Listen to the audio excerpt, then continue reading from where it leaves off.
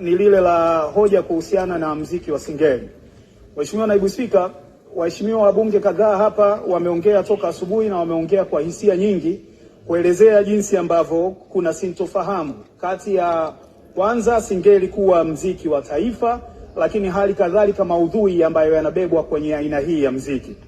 Nachotaka kusema Mheshimiwa Naibu Spika ni kwanza, hakuna mtu yoyote aliyesema mahali popote kwamba tunataka kufanya Singeli kuwa mziki wa taifa. Kilichotokea ni kwamba Singeli kama mziki ambao umetoka mtaani, umejipigania wenyewe, umejipambania wenyewe na ukifanywa na vijana wadogo ambao wametengeneza ajira za moja kwa moja na zisizo za moja kwa moja kwa muda mrefu, tuliona kwamba mziki huu umeshika na unakubalika katika maeneo mengi ikiwemo nje ya nchi. Mimi binafsi nimeshawahi kwenda kwenye maonyesho ya Singeli nje ya nchi na mziki huu umekuwa unafanya vizuri sana.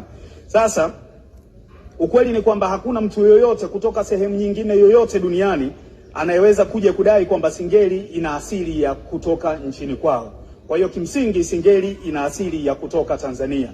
Na tulichofanya tulikuwa tunajaribu kuwasaidia vijana hawa ambao wamejitengenezea ajira, wamejitoa mtaani kwenye kufanya mambo ya ovyo, ili kuhakikisha tunawasaidia kubrand, kupackage na kupromote mziki huu. Na wakati tunafanya hivyo tuwasaidie pia kusanitize, kusafisha mziki wa Singeli. Mheshimiwa Spika, hiyo ndio ajenda yetu. Kwa hivyo uhuni ambao unasemwa huko katika Singeli, naamini mimi nikiongea kama mwanamuziki najua kwamba uhuni huko katika muziki yote, na unahitaji vijana hawa wanahitaji maelekezo na sio kususwa kama ambavyo tumekuwa tunasema kwa ukali. Siamini kama kuna mbunge yote anataka tuwatelekeze vijana hawa, anataka kuua mziki wa Singeli, lakini ninachojua ni kwamba wanataka tujaribu kusafisha mziki huu na uweze kuwa utambulisho mzuri kwa taifa letu, huku ukiwa unabeba maudhui ambayo yanaweza kuuzika ndani na nje ya mipaka yetu.